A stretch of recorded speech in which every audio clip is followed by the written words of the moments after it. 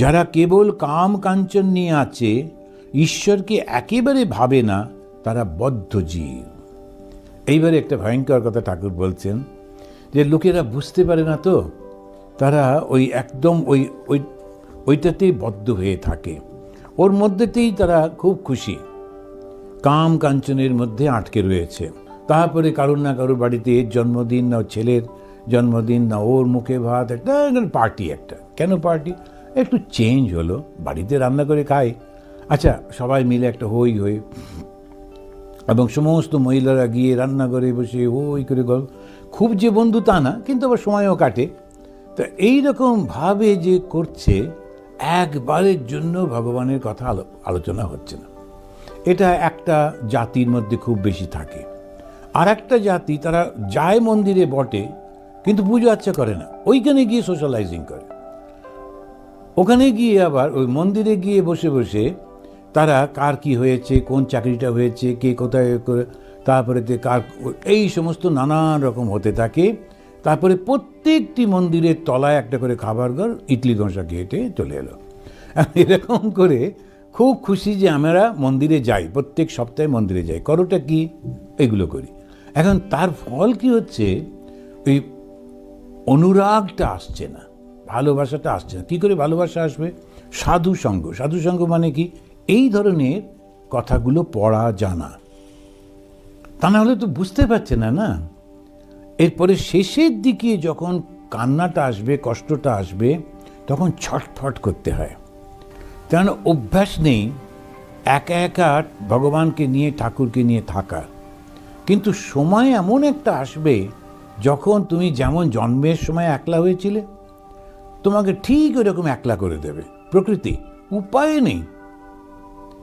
আর তারপরেতে সেই সময়টায় যখন তুমি বন্ধু খুঁজতে যাবে, তারা খুব বিরক্ত বোধ করবে, তখন আর বন্ধু পাওয়া যায় না।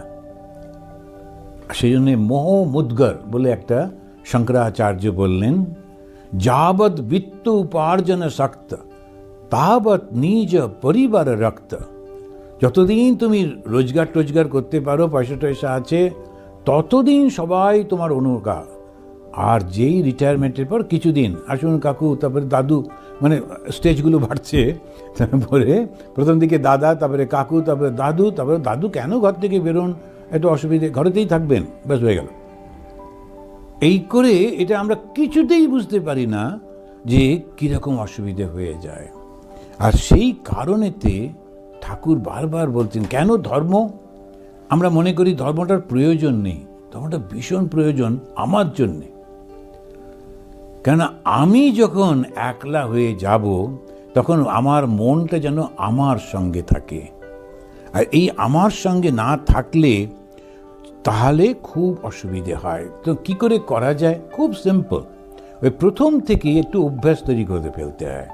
সেই অভ্যাসটা কি? ঠাকুর আছেন, মা আছেন, আমি তাকে ডাকবো, তার সঙ্গে কথা বলবো, সকালে উঠে একটু এরকম করবো, করে করে করে একটা রুটিন তৈরি করে ফেলতে হয়।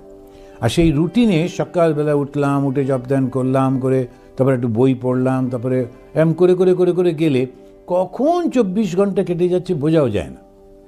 আর যখন আমি ব্যস্ত হয়ে রয়েছি নিজের মনের মধ্যে, আমার কোম্পানির কি দরকার? দেখুন, একেবারে আপনাতে মন আপনি থেকো, যেও না মন কারো ঘরে, কারোর কাছে যাবার প্রয়োজন হয় না। এর সঙ্গে যেই তুমি জগৎটাকে ত্যাগ করতে লাগলে, ঈশ্বরকে ডাকতে লাগলে, জগৎ তোমার কাছে সারি হবে। রোজ লোকে এসে খবর নেবে, কেন? তোমার মধ্যে না ওই ভগবানের শক্তিটা জাগ্রত হচ্ছে। কেমন করে? ভালোবাসার মধ্যে দিয়ে। কেমন করে? নিঃস্বার্থপরতার মধ্যে দিয়ে। তার কথাগুলো খুব সুইট, মিষ্টি হয়, তার চিন্তাগুলো সবার জন্য হয়। তখন সবাই ছুটে ছুটে আসে, আমার জন্য একটু প্রার্থনা করে দিন। এখন যেটা তুমি চাও সেটা তুমি নিশ্চয়ই পাবে, যদি তুমি এই ভগবানকে ভালোবাসতে পারো।